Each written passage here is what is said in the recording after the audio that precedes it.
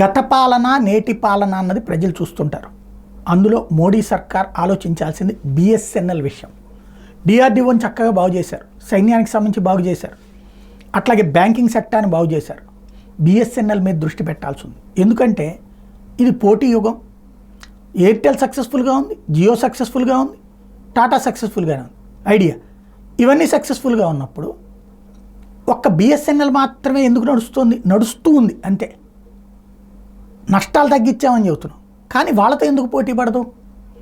అసలు BSNL cell టవర్ల నుంచినే వాళ్ళందరూ వాడుకుంటుంటే సొంత టవర్లు కలిగినటువంటి బిఎస్ఎన్ఎల్ ఎందుకు ఏర్పాటు చేయలేకపోతుంది?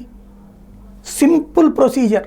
ఆన్లైన్లో మనం కనుక చూస్తే ఈజీగా జియో కానీ ఎయిర్టెల్ కానీ వీటిని రీఛార్జ్ చేయగలం. అదే దీనికి వచ్చేటప్పటికి అస్తమ శశాంకం తలనొప్పి.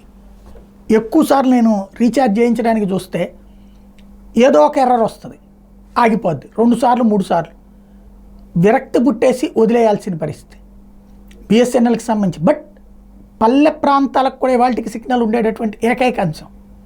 కానీ సమస్యల్లా ఏంటంటే ఆ బిఎస్ఎన్ఎల్ని ఒక 5G సర్వీసెస్ వైపుకి అందరూ వెళ్తుంటే వీళ్ళు ఇంకా 4G కూడా రాలేనటువంటి వైనం. ఆ సంస్థని బాగు చేయగలగటమా లేదా అన్నది మోడీ సర్కార్ చేతిలో ఉంది. చేయగలిగితే హీరోలు అంటారు, చేయకపోతే వేస్ట్ అంటారు.